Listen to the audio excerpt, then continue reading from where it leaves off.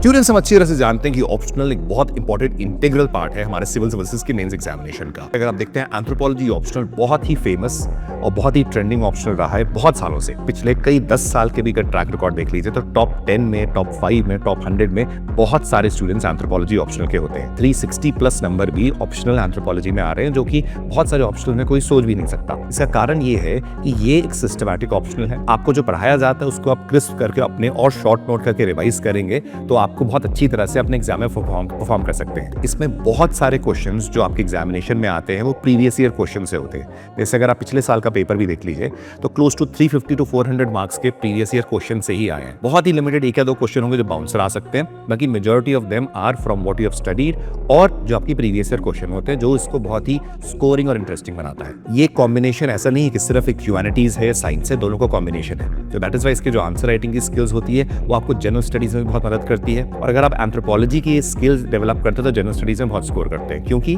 General studies के बहुत सारे कोर आइडियाज हैं वो सारे इससे ओवरलैप करते हैं। चाहे वो प्री हिस्ट्री का पार्ट पेपर 1 में हो जाए, चाहे कई सारे ज्योग्राफी के कंपोनेंट्स हो जाएं, चाहे आपके कुछ पॉलिटी के सेक्शंस हो जाए, चाहे सोसाइटी का पूरा पार्ट हो जाए, चाहे सोशल जस्टिस का पूरा पार्ट हो जाए, चाहे केस स्टडीज आपके एथिक्स में जो हो जाए, चाहे एस्से हो जाए, ये सारी चीज़ों में आपको होलिस्टिक अंडरस्टैंडिंग के लिए एंथ्रोपोलॉजी बहुत ही यूजफुल रहता है। ये रीजन है जिसकी वजह से जो बच्चे ऑप्शनल से एंथ्रोपोलॉजी लेते हैं वो not only in their optional बहुत अच्छा स्कोर करने की पॉसिबिलिटी रखते हैं, बट जनरल स्टडीज एंड एस्से में भी उनका स्कोर काफी बढ़ जाता है। एंथ्रोपोलॉजी ऑप्शनल इन कारणों की वजह से बहुत ट्रेंडिंग और फेमस रहा है अमंग द टॉपर्स।